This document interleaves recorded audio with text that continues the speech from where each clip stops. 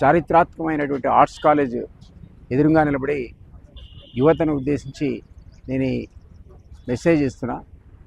తెలంగాణను సాధించుకున్న తర్వాత మనకు తెలుసు ఏ విధమైనటువంటి త్యాగాల మీద తెలంగాణ ఏర్పడ్డదు.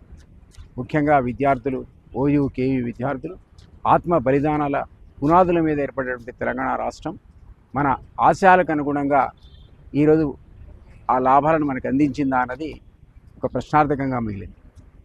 సుదీర్ఘ ఉద్యమం తర్వాత 1969 తొలిదశ ఉద్యమం కానీ, ఆ తర్వాత మలిదశ ఉద్యమంలో కూడా విద్యార్థులు పోషించిన పాత్ర అమోఘమైనది. దానికి నిలువెత్తు సాక్ష్యం ఈ ఆర్ట్స్ కాలేజే. అట్లాంటి ఉద్యమం తర్వాత కాలం లోపల యువతకు గైడెన్స్ లేకుండా ఎందుకు మారింది? ఆ ఉద్యమం దశా దిశ నిర్దేశం వాళ్ళకు చేయలేదా? మరి తర్వాత వచ్చిన తెలంగాణలో ఉద్యమ ఆకాంక్షలు నెరవేరాయా? తర్వాత ఏర్పడేటువంటి మనవి అనుకున్న తెలంగాణ ప్రభుత్వాలు మనం ఆశించిన ఫలితాలు మనకు అందించాయా? ఈరోజు తెలంగాణలో నిధులు, నీళ్లు, నియామకాలు అనుకున్న పద్ధతిలో సాధించగలేమా? ఇవన్నీ కూడా పెద్ద ప్రశ్నలుగా మిగిలిపోయాయి.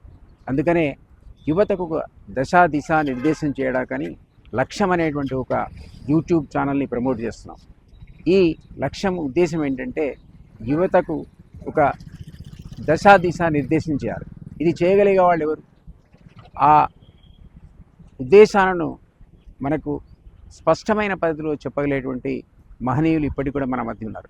లివింగ్ లెజెండ్స్ ఉన్నారు, కొంతమంది అచీవర్స్ ఉన్నారు.